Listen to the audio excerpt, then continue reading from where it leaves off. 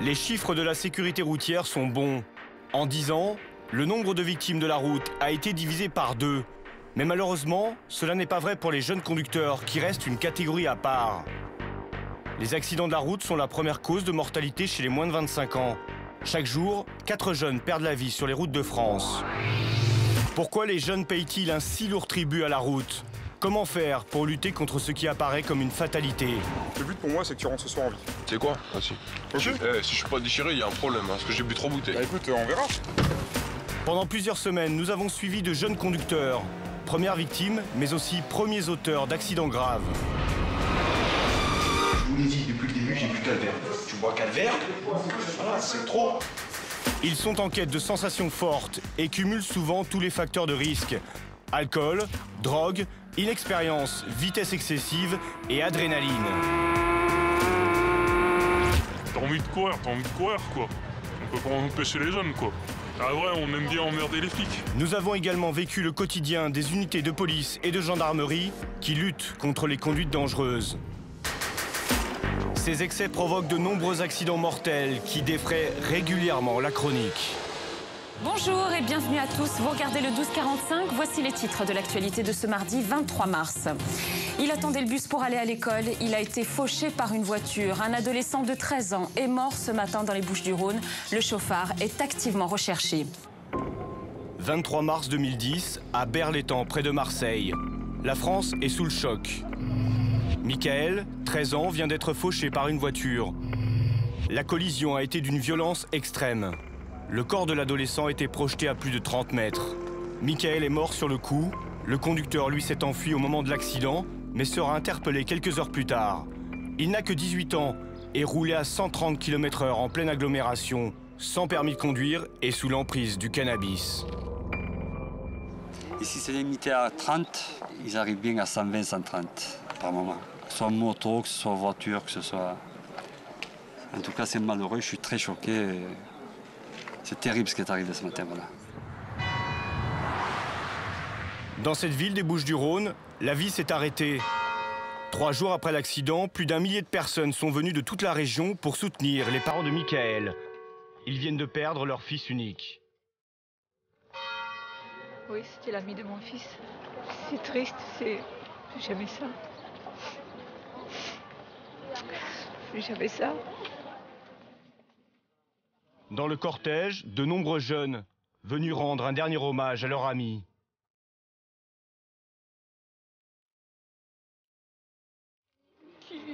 Qui repose en paix.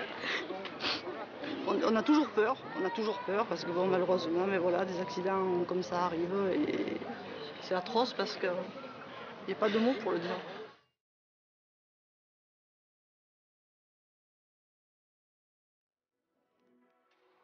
Trois semaines plus tard, la vie reprend peu à peu son cours. Sauf pour Anthony et son frère, Steven. Non mais je regarde bien, il n'a pas changé. Les amis d'enfance de Michael. Ils habitent juste en face du lieu du drame. Voilà. Ils ont été parmi les premiers à être sur place au moment de l'accident. 3 semaines après, c'est toujours pareil.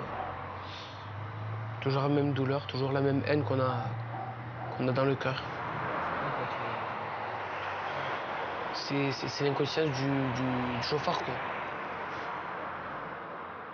Parce que rouler à 130 en ville, je veux pas trop le...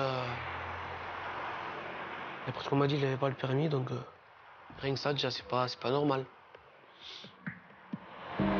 Si la colère d'Anthony et de sa famille est toujours aussi vive, c'est qu'ils constatent tous les jours que sur cette route limitée à 30 km/h, quasiment personne ne respecte la limitation de vitesse. Regarde, il n'est pas à 30 lui, hein. Pas une voiture qui roule à 30 km/h, pas une. On entend ça, ils arrivent à... Ah. Là-bas, il y avait les flics, là-bas. Avant, ils mettaient les flics qui roulaient doucement. Mais il n'y a plus les flics qui roulent comme des fous, c'est tout. Attention, il y a un Fada qui arrive. Il a le permis, lui? Riyad, il a le permis? Riyad? Non, il est en train de conduire une voiture, là, et il n'a pas le permis. Il a 17 ans. Il a 17 ans, Riyad. Et là, il est en train de conduire une Clio. Et il y en a plein comme ça. Pour certains, ici comme ailleurs, rouler sans permis est presque devenu une banalité. Qui a déjà conduit sans permis? Moi, personnellement, je ne l'ai pas fait sur une longue période, mais j'ai déjà conduit sans permis. Ça nous est déjà arrivé pour aller travailler. On a tous fait, on a conduit sans permis, c'est des choses qui arrivent. Son permis un peu trop vite quand même.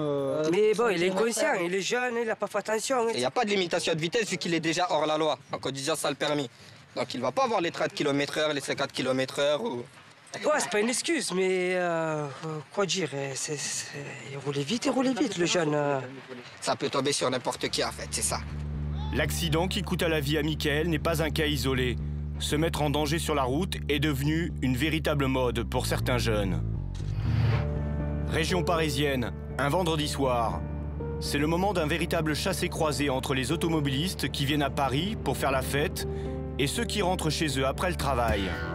C'est sur le parking d'un grand centre commercial que se retrouvent régulièrement des passionnés de tuning et de mécanique. Véritable phénomène de mode, ces rassemblements sauvages regroupent chaque week-end des centaines d'adeptes qui viennent comparer leurs véhicules. Sur le parking, les stars sont les voitures de sport, de grosses cylindrées. Une culture de la puissance et de la vitesse pour ces jeunes avides de sensations fortes.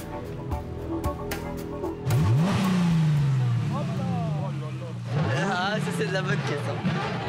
Je veux que ça parte, ça arrache le bitume en fait, c'est tout ce que je veux. Elle fait le 0 à 100 en 5 secondes, on va être gentil. Ça accélère, hein, c'est pas mal. On va pas être collé au siège. Et t'as le permis depuis combien de temps? 1 an et demi. T'arrives à garder ton permis avec une voiture comme ça? Ouais, bah ça va, ouais. Ouais, je me fais arrêter souvent, mais c'est juste pour le bruit, c'est pas pour l'excès de vitesse. Certains d'entre eux ne se contentent pas du parking et organisent de véritables courses sauvages sur l'autoroute voisine. Et hop, ça repart, les 3. Comme le montrent ces archives de la police nationale, des groupes de 3 ou 4 véhicules se pourchassent à plus de 200 km/h au milieu des autres usagers. Des courses extrêmement dangereuses qui poussent la police à déployer des moyens de grande envergure pour tenter d'y mettre fin. Chim Mazarin. Nous sommes à la base de la compagnie CRS Sud Île-de-France. Tous les effectifs ont été mobilisés pour une importante opération de contrôle de vitesse et d'interception. Régulièrement les vendredis, ils se rassemblent ici au centre commercial du Carré-Sénard, grand centre commercial, donc ça se vide le soir. Ils profitent des espaces vides pour se regrouper là-bas, comparer leurs véhicules, échanger, regarder les moteurs, faire un petit peu de bruit, faire un petit peu tout ça. Jusque-là, ça ne nous dérange pas trop. Le problème, c'est que certains, après, vont commencer à se chauffer un petit peu et engager des courses sur l'autoroute. L'hélicoptère va suivre tout ça et on va positionner des radars, donc ultralight, eurolaser, pour matérialiser les infractions. Donc, soyez discrets, il n'y a pas de gyrophare, il n'y a rien, on y va tranquillement, on se met en place et on reste discret. OK? C'est bien compris pour tout le monde? Alors, le dispositif d'interpellation, oui, il est en place. Et on sait maintenant qu'il y a du monde, puisque nous avons bien sûr des informateurs sur place. Nous savons donc que le rassemblement a bien eu lieu, qu'il y a énormément de monde, que certains sont assez excités. Donc il faut espérer que tout se passe bien et qu'il n'y ait pas d'incident lors de cette soirée. Ce soir, la police est équipée de véhicules banalisés afin d'intercepter les jeunes qui prendraient l'autoroute pour un circuit. Pour être encore plus efficace, les policiers peuvent compter sur un appui aérien. Un hélicoptère équipé de caméras ultra performantes signalera les voitures en excès de vitesse. Plusieurs policiers en civil sont même déployés au milieu des jeunes. Dis-moi l'image de la BM que tu vois là. Laquelle? Celle avec les arçons. 151. Tu peux les prendre un peu en photo? Celle-là, là. Ils relèvent les immatriculations des véhicules susceptibles de participer aux courses illégales. Mais pour certains jeunes, la tentation de s'élancer sur l'autoroute est plus forte que la peur du policier. Un de ces amateurs de grosses cylindrées souhaite nous parler dans son véhicule. Ouais, vas-y, on va faire un tour. Vas-y, adieu. Au départ, moi, quand je venais, c'était pas trop pour laisser les voitures là. On partait avec sur l'autoroute pour faire des petites courses.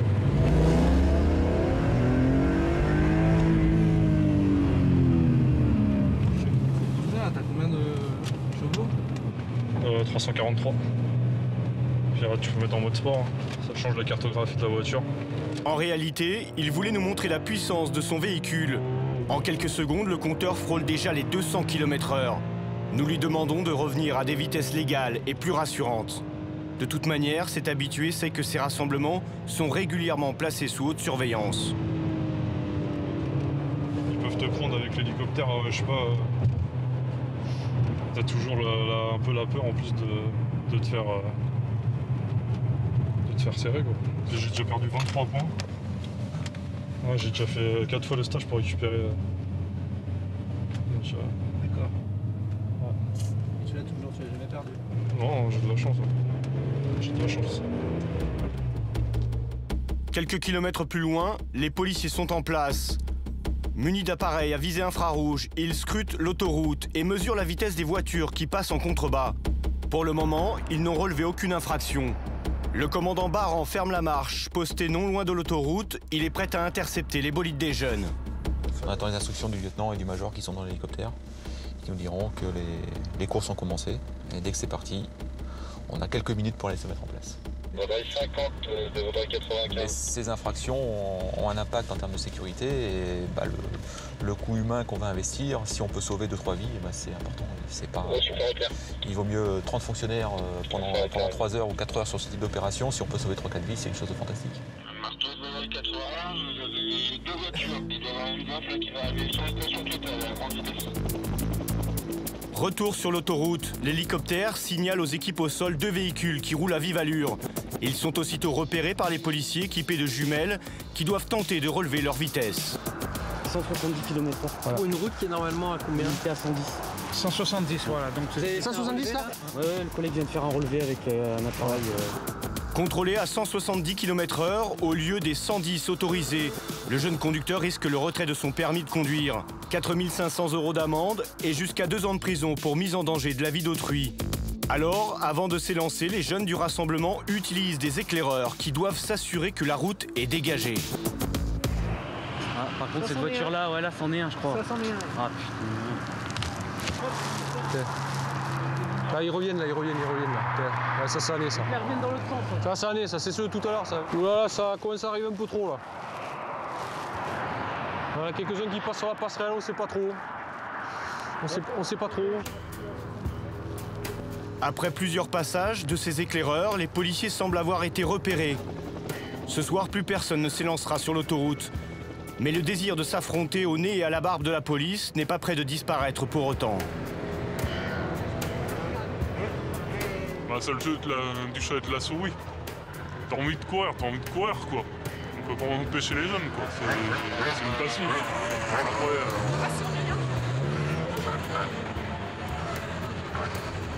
Ah ouais, on aime bien emmerder les flics. Les policiers n'auront relevé que 2 infractions ce soir. Un résultat qui peut sembler peu satisfaisant, mais leur présence a sans doute permis d'éviter le pire. Si on est repéré, il n'y a pas de course. Bon, ça voudrait dire que finalement tout va peut-être bien se passer ce soir, on n'aura peut-être rien. Tout le monde aura été bien sage. On parle de quelques excités tout à l'heure qui recevront le PV à la maison. Ce soir, il n'y a pas eu d'accident. Mais cette passion pour la vitesse et les sports mécaniques est un phénomène qui prend de l'ampleur. Nous sommes dans le nord de Paris. Dany et Youssef ont 24 ans. Leur passion, les motos hyper sportives. Elles se vendent comme des petits pains à cette jeunesse attirée par la vitesse. Ça, c'est une moto de rêve. Ça se voit, quoi. Enfin, on regarde les lignes, c'est des lignes assez acérées. C'est typiquement ce qu'on attend d'une moto sportive, quelque chose qui casse le vent. Tout est fait pour attaquer. Sur ta première, tu es capable de prendre limite 120 km/h sur un 600. En deuxième, tu es à 180. En troisième, en rupteur, tu es à 200 et des poussières. En quatrième, tu es à 240. Enfin, ça va très très vite. Il y a plein de gens qui diront que c'est uniquement fait pour aller sur circuit. Mais moi je suis pas d'accord avec eux parce que j'adore rouler avec sur la route. Moi, j'ai des frissons partout. Je suis aux anges.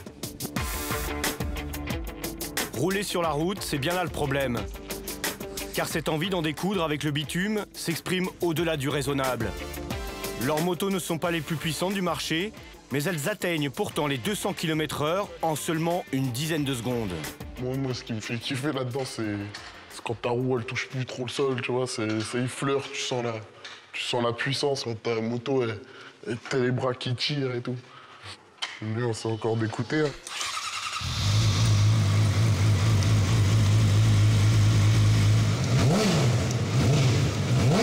Il y a plein de gens qui aiment rouler à la ferme la moto aux vitesses légales. J'aimerais bien, mais je prends beaucoup plus de plaisir à rouler un peu plus fort que la normale. En roulant aussi vite, comment on fait pour garder son permis? Il y a des petits stratagèmes? Bien sûr, il y a des stratagèmes. Il y a le système de la plaque rétractable. Mais bon, malheureusement, malgré pas mal de stratagèmes, on se fait toujours rattraper. Rouler régulièrement au-delà de la limite légale est le meilleur moyen pour avoir des problèmes avec la police. Et le dernier épisode en date reste difficile à avaler pour Youssef. Je me suis fait flasher au-dessus de 240 km/h à la place de 90 km/h. Le permis il saute direct. Ouais. Enfin, ce qui est fou, c'est qu'on nous traite comme des criminels, c'est menottes, c'est garde à vue. Je veux bien que ça soit une procédure, mais bon, je trouve ça un peu difficile, surtout qu'une ligne droite, quand il n'y a pas une voiture, qu'il n'y a pas un chat, à part sa vie et une rambarde de sécurité, je vois pas trop ce qu'on risque. Néanmoins, ce que je comprends pas, c'est que là, à l'heure actuelle, tu es sans permis, mais tu roules toujours. De temps en temps, je roule toujours, j'en ai besoin, c'est...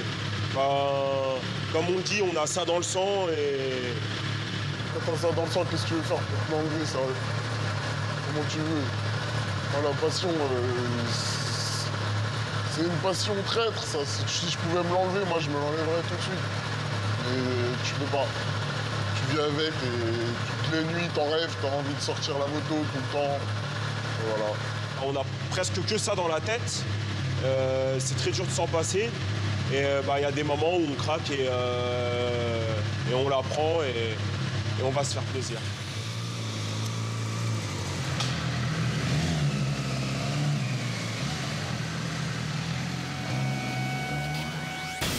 Il arrive même à Dany et Youssef de se filmer pour immortaliser leurs exploits.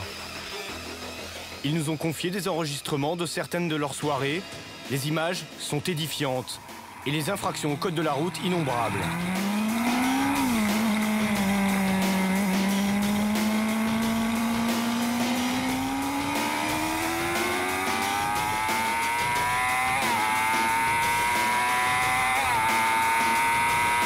En quelques secondes, le compteur frôle les 250 km/h.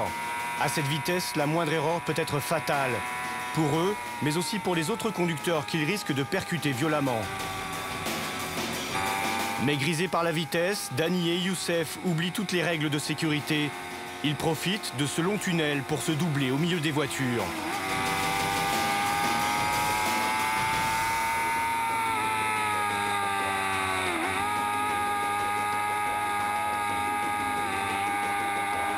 Pourtant, ces portions d'autoroute limitées à 90 km/h sont équipées de nombreux radars automatiques. Mais alors que la plupart des automobilistes freinent pour éviter la sanction, Dany, lui, ne ralentit pas. Ce radar, il le sait, photographie par l'avant. Mais sur une moto, les plaques d'immatriculation sont à l'arrière.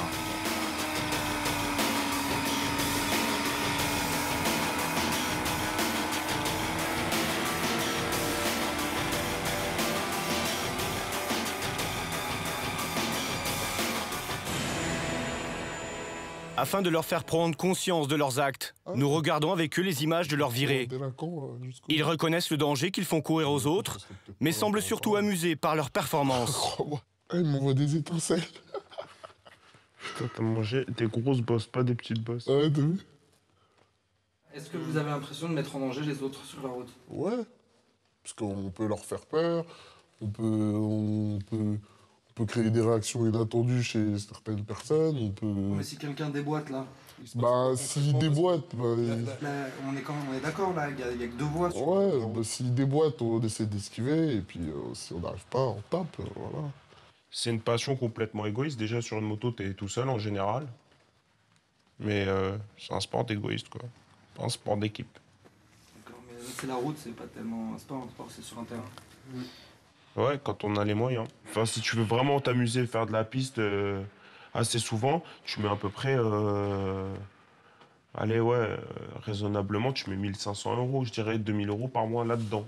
C'est dans la balance, c'est quoi? C'est ce que tu gagnes dans le mois. Ouais, si tu peux pas, tu peux pas. Hein.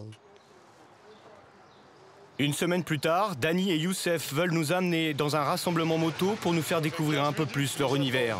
Nous les accompagnons caméra au point. À notre arrivée, première surprise, Youssef porte une Minerve.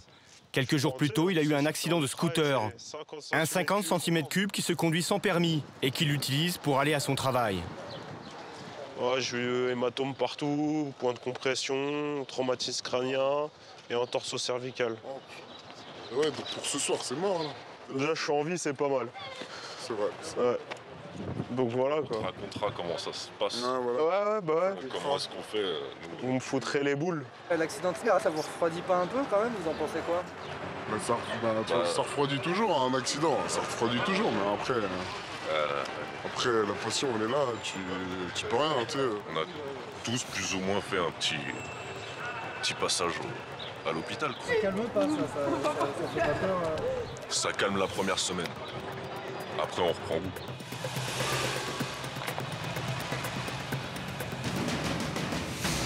Ce soir-là, Youssef n'ira pas au rassemblement.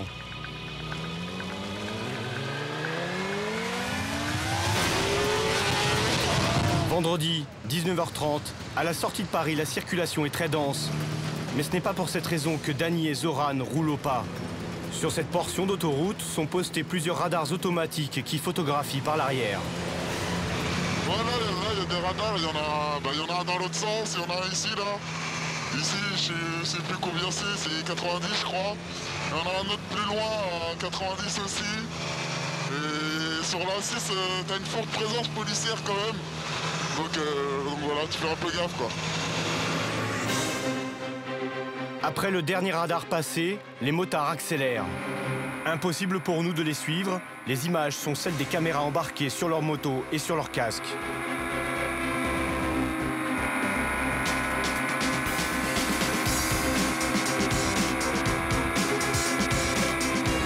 À cause de la circulation, Dany calme le jeu d'un signe de la main. C'est lui qui ouvre la route et qui décide de leur allure. Pour une fois, ils sont calmes. Mais un événement imprévu vient exciter nos jeunes motards. Une troisième moto les dépasse à grande vitesse.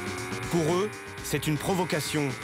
Il n'en faut pas plus pour déclencher une course-poursuite. Les trois motos slaloment au milieu des autres usagers à près de 200 km/h. À cette vitesse, il est impossible d'éviter une automobile qui ferait un écart. Ce jeu mortel va durer une dizaine de minutes.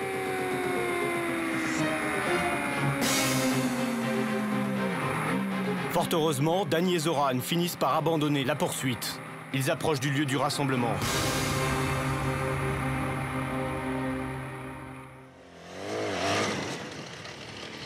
Ils rejoignent ce soir un groupe de stunters.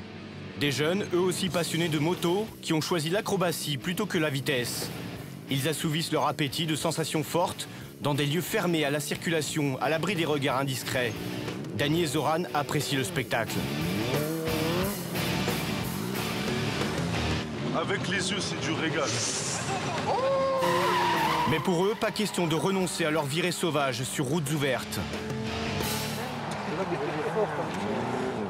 Ah, on s'est fait une petite partie plaisir quand même, c'est vrai, mais on n'est pas resté soudés non plus. C'est quoi soudé?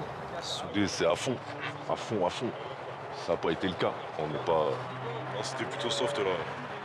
On n'est pas barge, on est juste accro à l'adrénaline. Il n'y a pas de danger à rouler à dos? Bien sûr que si, il y a un danger. Il y a un danger de marcher sur le trottoir, il y a un danger de faire du roller, du vélo, du skateboard, il y a un danger pour tout dans la vie. Maintenant, pourquoi est-ce qu'on s'arrêtera à ça?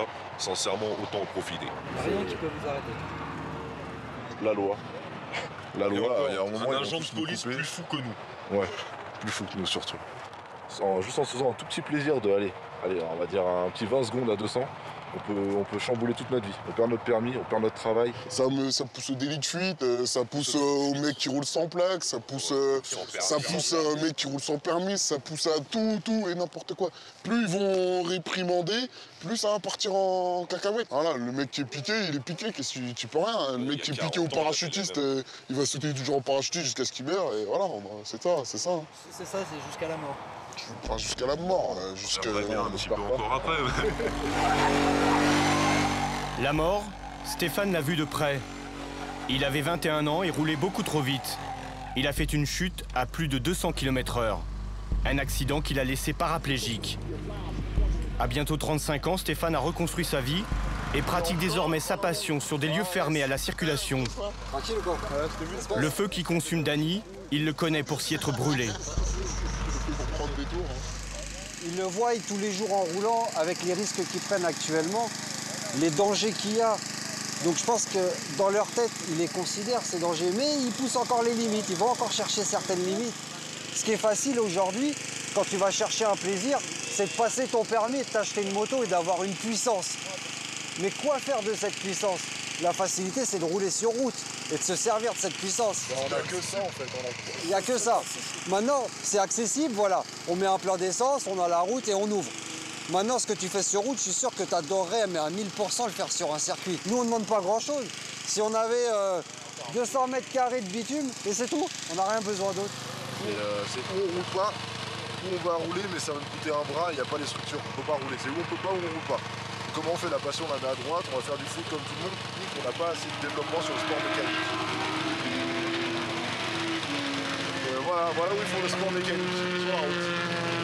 Donc, au lieu de se défouler sur un circuit, le vendredi soir, on sur la route.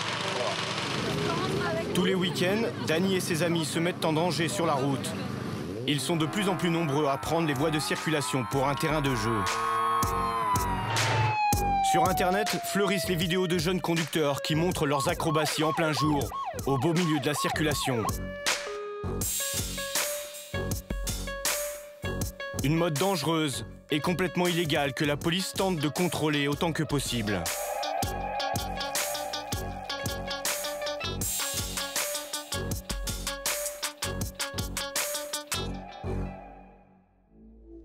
Nous sommes en Seine-Saint-Denis. Ces policiers font partie de la compagnie de circulation et de sécurité routière. Chaque jour, au guidon de motos banalisées, ils se mêlent à la circulation pour détecter les comportements dangereux. Dans le département, les deux roues représentent en effet près de la moitié des tués sur la route. Très vite, les policiers remarquent au loin des adolescents qui circulaient sans casque. Mais eux aussi ont vu les policiers. L'un d'eux descend du scooter et un autre attache son casque à la hâte. Coupez le moteur! Ils sont arrêtés quelques mètres plus loin. Ils ont 14 ans à peine et ne semblent pas vraiment inquiétés par le contrôle de police. Ah, c'est confiant là. Alors, jeune homme, bonjour. Expliquez-moi pourquoi vous circuliez sans casque de sécurité. Comment je circule sans casque? Mais quand vous êtes arrivé au feu... Mais j'avais le casque. Non, vous l'aviez entre les jambes. Ouais, bah ouais. Ça sert à rien entre les jambes. Ah, c'est confiant, pareil. On va être obligé de rédiger un procès-verbal de contravention de forme simplifiée. Ça veut dire quoi ça? Oh, bah, c'est ce qu'on appelle plus communément un PV. Oui. Une amende. C'est dur. C'est dur, hein. Ah, vous roulez sans casque là? En sortie d'Y, c'est pour ça. Et dans 93, on n'a pas trop roulé avec les casques. Ça fait trop encombrant, on va faire les beaux gosses, vous avez vu. C'est pour ça. C'est-à-dire si les gens te voient avec un casque, tu vas avoir l'air... Bah ouais, on a l'air de mongol. Un gros casque au bol, tout ça, vous avez vu. Nous, on préfère rouler casquette en petit trou, vous avez vu. Ouais, mon style, tu vois. Là, je serai en 125 KX, là. Ah, KX. 2,5. C'est obligé, toi. C'est quoi les KX? KX, c'est un cross. Un cross de compétition, mais nous, on fait ça sur le bitume. Très bien, jeune homme. Ah. Ça, c'est pour le non-port du casque. Oh. Je vous ai fait cadeau de la non-présentation du brevet de sécurité routière. Quand ça va? 90 € dans les 3 jours. Passer 3 jours, ça passe à 135 €. Difficile pour les policiers de faire de la prévention dans ces circonstances. Pour ces jeunes, malgré les amendes, la sécurité n'est pas vraiment une priorité. Carte Navigo. De toute façon, leur image au sein de leur groupe est bien plus importante que les notions de sécurité, ça c'est sûr. Ça c'est sûr. Tant qu'ils ont cet âge-là. Après, ils réfléchissent peut-être un peu plus. Sauf quelques irréductibles qui continuent jusqu'à 40 ans. Malgré leur expérience, le travail de ces hommes reste difficile. Dans ces quartiers où on affiche volontiers une attitude provocante à l'égard de la police, les interventions sont parfois risquées. Un peu plus loin, les motards en civil identifient un individu qui circule sans casque et qui vient de s'arrêter sur le trottoir. Au moment où les policiers arrivent sur lui, il décide de prendre la fuite. Le fuyard prévient les jeunes aux alentours. L'un d'eux essaie de freiner les policiers, mais l'individu sera rapidement interpellé.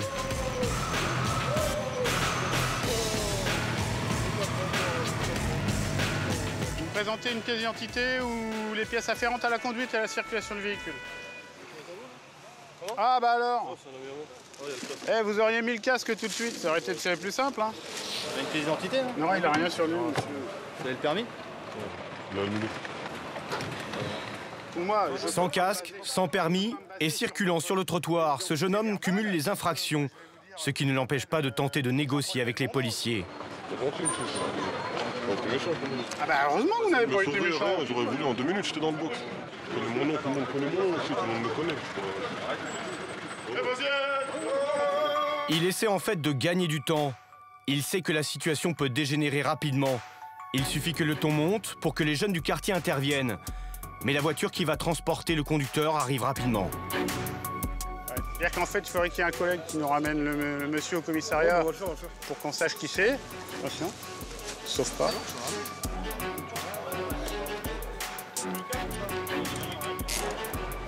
On va pas traîner parce que... Dès que la caisse se barre, on va se prendre des coups sur la gueule. La police quitte rapidement les lieux. Direction le commissariat de Pantin. L'homme n'a pas de papier d'identité, mais il est rapidement identifié. Il est déjà connu des services de police et ce n'est pas la première fois qu'il conduit sans en avoir le droit.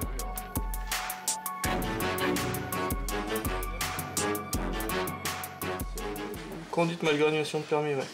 En 2006. Défaut d'assurance, conduite malgré annulation du permis et refus d'obtempérer en 2007. Ouais, c'est quelqu'un qui est coutumier des faits. Cela fait donc 4 ans que ce motard conduit sans permis. Il s'agit d'un délit, il est immédiatement placé en garde à vue. Mais il ne semble pas avoir pris conscience de la gravité de la situation. Et vous roulez depuis 2006 en Non. Après, c'est que maintenant, là. Parce que je devais voir quelqu'un, c'était une petite urgence, plus ou moins. Mais je pensais que j'en avais pour 2 minutes, maintenant j'en ai pour toute la nuit. Ça casse les couilles, mais c'est comme ça. Hein. C'est comme ça. Tu vas attraper ou tu te fais pas attraper. C'est comme ça. Le jeune homme sera jugé d'ici quelques semaines. Il risque jusqu'à 4 500 € d'amende et 2 ans d'emprisonnement. Pour certains, le prix à payer peut être beaucoup plus lourd. Attention ! Retour à Paris. Un accident grave vient d'avoir lieu boulevard Saint-Michel, une des artères les plus fréquentées de la capitale. Un scooter est passé sous un camion. La violence du choc a complètement détruit le 2 roues. C'est Michel, policier du service central des accidents, qui est chargé d'effectuer les premiers relevés.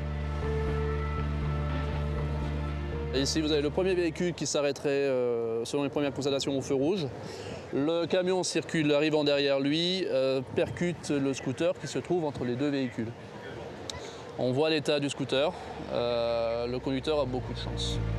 Beaucoup de chance, en effet, car il s'en sort avec seulement quelques hématomes, 5 côtes cassées et surtout une grosse frayeur.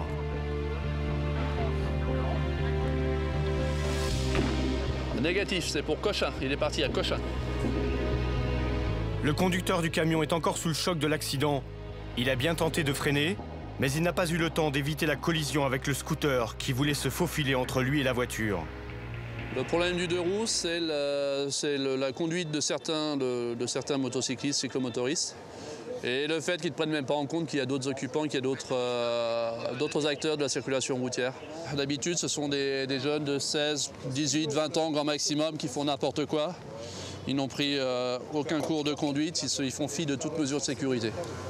Les usagers de 2 roues ont 3 fois plus de chances que les autres d'être victimes d'un accident grave. Pas seulement en raison de leur comportement, mais aussi à cause de leur fragilité. Coulommiers, en Seine-et-Marne.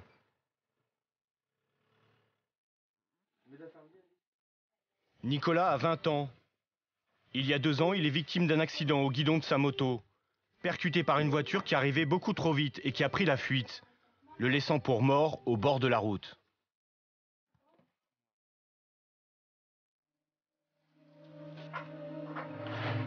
Nicolas est un miraculé. Après 18 opérations, de longs mois d'hôpital et de souffrance, il lutte toujours pour retrouver une vie normale. Alice, viens m'aider.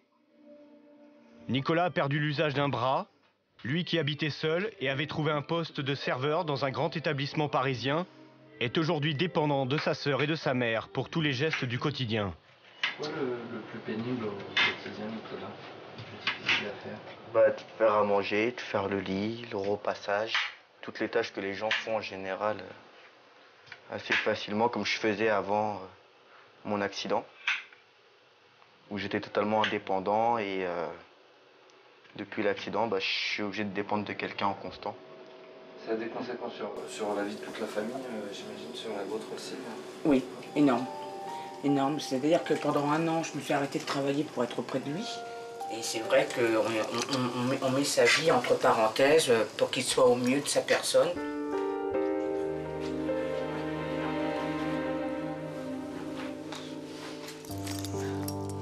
Ce jour-là, oui, il y a je dirais tout un train-train quotidien, entre guillemets, qui s'est cassé d'un coup, quoi. C'est ta vie qui s'est brisée. Ce jour-là, c'était ta vie, c'était la mienne, c'était ta soeur. C'est tout. On t'a volé ta vie. C'est tout. Voilà.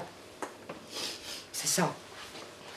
On n'a pas cherché, t'as un gamin de 18 ans, on t'a tout enlevé. C'est là le problème.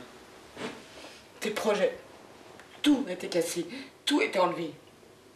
Ils n'ont pas pensé au mal d'une mère, au mal d'une sœur. Ils n'ont pas pensé. J'ai mis 1 an et demi à te reconstruire. C'est pas eux qui étaient là la nuit. C'est pas eux qui pensaient tes pansements. C'est pas eux qui t'ont entendu pleurer. C'est moi. Le 28 juillet 2008, on a volé ta vie. Et on a brisé la mienne et on a brisé celle de ta sœur. Voilà. Tout simplement. Et cette personne continue à rouler, à bouger, à faire la fête, à faire la vie. Mais toi, c'est nous qui sommes là. Vous allez prendre compte de tout ça.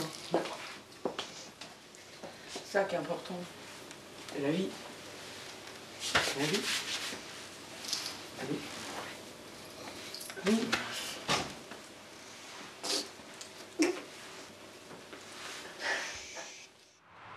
Depuis 1 an, Nicolas s'est engagé au sein de l'association de la prévention routière. Ce soir, il se rend avec Eric dans l'une des plus grandes boîtes de nuit de Seine-et-Marne.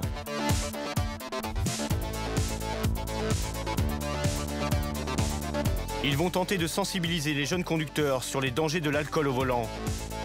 Il s'agit de la première cause d'accident mortel chez les 18-24 ans.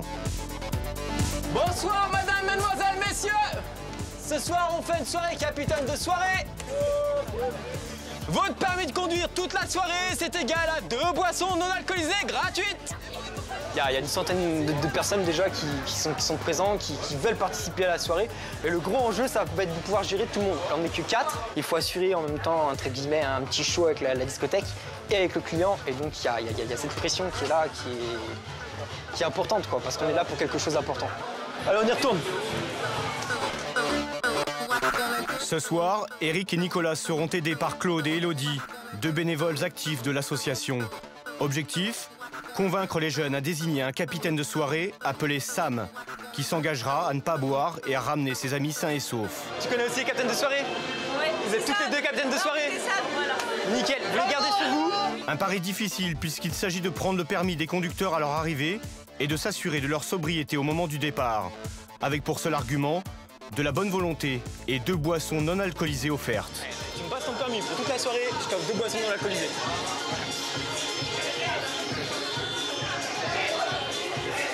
Tu veux pas jouer le jeu? Si la personne ne boit pas, avoir un bien envie. Moi je suis là pour ça, je suis là pour sauver vos vies. Je suis pas là pour autre chose. J'étais à l'œil de toute façon. Pas si simple de convaincre tout le monde.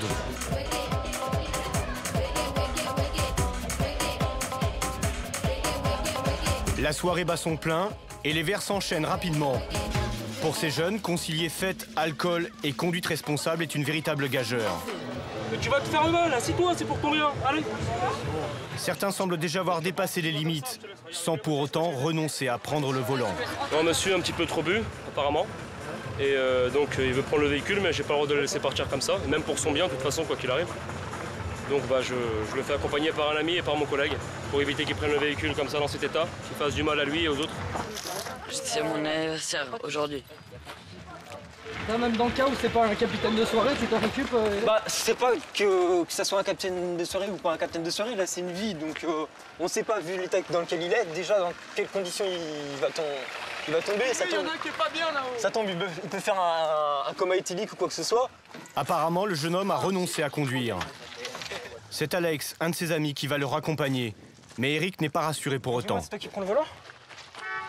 T'es qui, toi? Moi, je suis de la prévention routière. Hein? Je suis de la prévention routière. Ouais, c'est moi qui prends le volant, quoi. T'as bu un petit peu ou pas? Un petit peu. Un petit peu? Ah, t'es de la prévention routière aussi. Ah oui. Ah ouais? Bah ouais. Oh, les gars, arrête. On est là pour vous. Ouais. Je dois avouer la vérité. Ouais. Moi, je suis pas apte à conduire. T'es pas apte à conduire? Non. D'accord. Non, mais Non, mais tu sais, le but, c'est pas d'exploser, de l'exploser. Mais moi, je vais te l'exposer. Le but, si tu veux, pour moi, c'est... Voilà, je t'explique. D'accord? C'est que le but pour moi, c'est que tu rentres ce soir en vie. C'est quoi? Vas-y. Ok. Si je suis pas déchiré, il y a un problème, hein, parce que j'ai bu 3 bouteilles. Bah écoute, on verra. Tiens.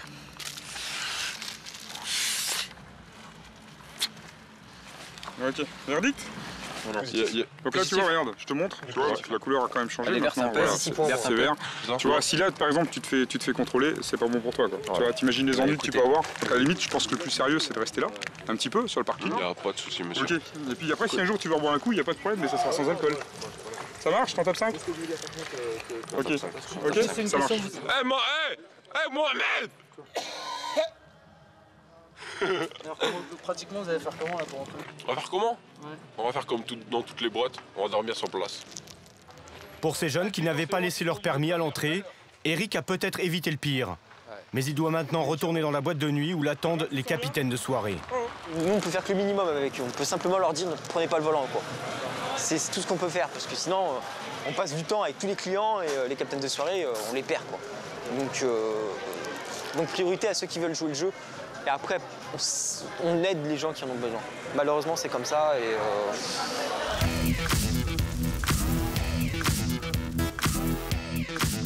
Entre 2h et 4h du matin, la consommation d'alcool explose. Eric doit rester particulièrement vigilant. C'est l'heure des premiers départs, le moment du verdict pour les capitaines de soirée. Les tests d'alcoolémie s'enchaînent et force est de constater que ce soir, la majorité des conducteurs ont rempli leur contrat. Les cristaux sont restés jaunes. La personne, elle est totalement nette. Elle peut reprendre le volant. L'opération de ce soir est un succès. Sur les 70 capitaines de soirée, seuls 4 d'entre eux seront positifs. Mais Alex, lui, n'a visiblement pas suivi les conseils d'Eric. Au moment de partir, la sanction tombe. T'es pas bon? Positif. Ah, t'es positif. Petite 0,50. Donc là, c'est... Pas prendre le volant, là. Pas conduite. Ah ouais, c'est la copine qui prend le volant, hein, y a pas de souci. D'accord. C'est la copine... tu sais quoi, tu vas voir, c'est la copine qui va conduire. Viens avec moi. Viens avec moi. Hé Louisa, oh, conduis, c'est la conduite. Non, mais y a pas de souci, de toute façon. Oh, je suis positif à l'alcoolémie, ouais. Vas-y, conduis. Conduis. Moi, je conduis, moi. Non, mais t'es sérieux, là? Bah ouais, je suis sérieux. Moi, je conduis, Nico. Mais non, t'es bourrache, là. Ouais, je suis bourrage de quoi? Ça fait 2 heures que je suis en train de BGR. Ouais, on part. Ah, bientôt. Ouais. Non, mais t'es sérieux? T'es même pas en état pour conduire? Non, mais sinon, je conduis, sérieusement. Je conduis, y a pas de souci. C'est juste que je suis positif à l'alcoolémie, c'est tout. Non, mais je veux rentrer en vie, moi. Là, tu veux pas attendre un peu? Non, mais tranquille, t'inquiète, on va rentrer bien. Et si au pire, ça vous fait pas peur? et si au pire, il y a les flics, moi je saute de la voiture, c'est ce que je veux dire. Malgré l'inquiétude de ses amis, c'est bien Alex qui ramènera la voiture ce soir. Comme lui, chaque week-end, des milliers de jeunes se mettent en danger. Pour les services de police et de gendarmerie, lutter contre ces pratiques à risque est une priorité. Bonjour monsieur, la gendarmerie. Vous avez votre permis de conduire avec vous, s'il vous plaît? Samedi soir, en région parisienne. À l'heure des sorties de boîtes de nuit et de leur retour mortel, nous avons suivi sur le terrain 2 unités de la préfecture de police de Paris et les brigades de gendarmerie de Seine-et-Marne. Il s'agit d'une opération régionale de contrôle d'alcoolémie et de stupéfiants. Si vous avez consommé de la cocaïne, il n'y aura pas de bar à ce niveau-là. Le conducteur de cette voiture est négatif à l'alcool, mais les gendarmes le soupçonnent d'avoir consommé du cannabis. D'ailleurs, le jeune homme ne s'en cache pas.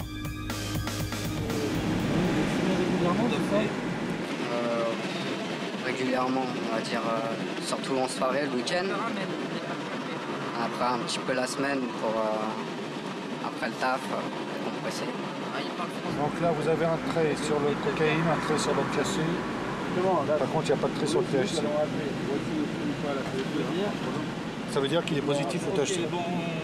Donc, sachant que vous consommez régulièrement, et ben, vous avez constamment du cannabis dans votre organisme. Donc, en fin de compte, le test, il est tout le temps positif. Marché là. Donc, lundi, je reprends le taf. Normalement, là, je peux peut-être pas le reprendre du coup. Consommer du cannabis au volant est un délit. Ce jeune conducteur perdra 6 points sur son permis de conduire. Il risque en plus une amende de 4 500 €, une suspension du permis et jusqu'à 2 ans d'emprisonnement. Comme tous les automobilistes contrôlés positifs aux stupéfiants, il devra faire une prise de sang pour déterminer son taux exact. Et malgré les sanctions encourues, le message de la prévention a bien du mal à passer. La consommation de cannabis des jeunes Français est une des plus élevées d'Europe. Voilà, plus de permis. Parce que j'ai fumé un jour ce matin. Et c'est 6 points le cannabis, donc j'en ai plus que 3. Faut prendre conscience que c'est la première cause d'accident mortel au niveau national. L'alcoolémie, enfin l'alcool et les stupéfiants. Moi je pense que c'est l'alcool, c'est pas le cannabis. Parce que le cannabis, moi on sait ce qu'on fait, on reste conscient. Non, je sais pas ce que tu fais parce qu'en fait... Tu m'as déjà vu conduire bébé, je conduis tous les jours, je conduis avec toi. Oui, je mais conduis mal. non mais c'est les réflexes, c'est par rapport aux gens, si tu vas avoir un truc sur la route, tu vas le détecter moins que si t'avais pas fumé. Ça fait 4-5 ans que je fume. Un joint, ça me fait rien. Voilà, ça me fait... J'ai évité plein d'accidents, je me sens pas en danger sur la route. Moi je vous dis, il y a des gens ils fument peut-être pas, hein, mais sur la route, c'est des dangers. Hein. Physiquement, vous vous en rendez pas compte que vous êtes pas apte à 100% à la conduite. Si vous avez bu de l'alcool, si vous avez consommé des stupéfiants, si vous roulez en plus trop vite, la distance d'arrêt ne va pas être la même et vos réflexes ne vont pas être les mêmes. Et du coup, ben, vous avez l'accident. C'est là que l'accident se produit. Retour à Paris. En 2 heures, les policiers ont déjà dépisté plus d'une dizaine de conducteurs positifs à l'alcool, comme ce conducteur de 22 ans. Positif. Son taux exact est mesuré directement sur place grâce à un éthylomètre. Vous aviez l'impression d'être... Ouais. Qu'est-ce qui fait qu'on prend la voiture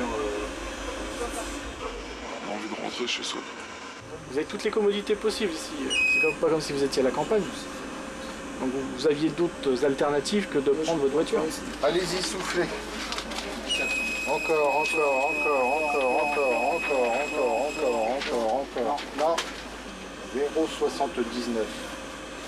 C'est un taux important. Hein. 0,79. Donc vous voyez, multiplié par 2. 1,58. 1,58 g.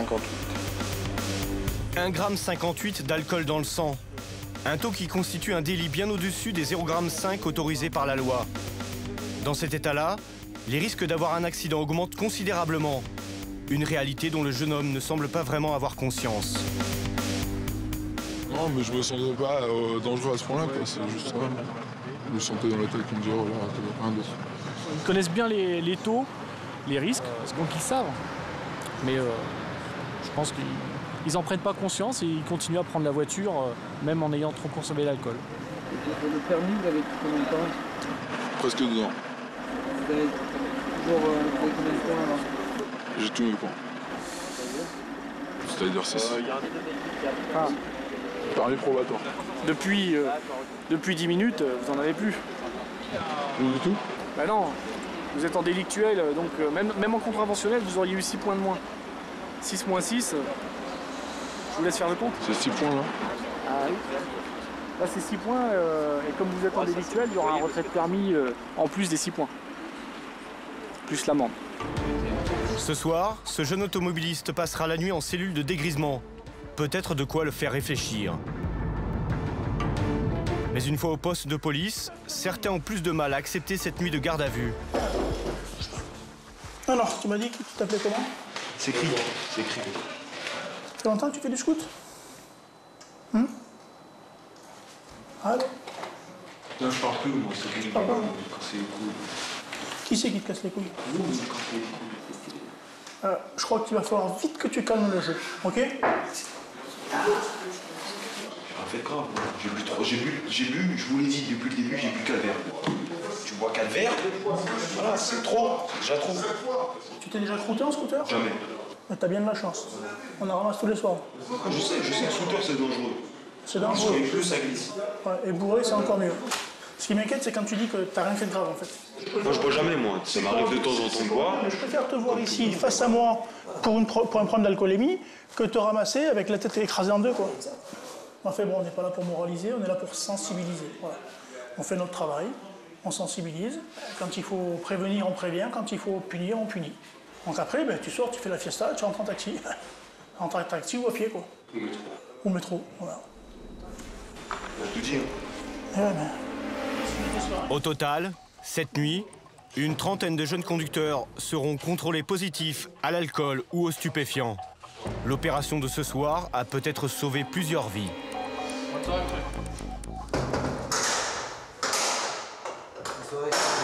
c'est pas les plus drôles. Pas forcément les plus drôles, mais il finit en vie. Ça, je pense que ça n'a pas de prix. Pourtant, répression et prévention ont du mal à porter leurs fruits sur les jeunes conducteurs. Si depuis 10 ans, le nombre de morts sur les routes de France a été divisé par 2, les 15-24 ans continuent de représenter la population la plus touchée. Les solutions qui permettraient d'inverser la tendance restent toujours à trouver.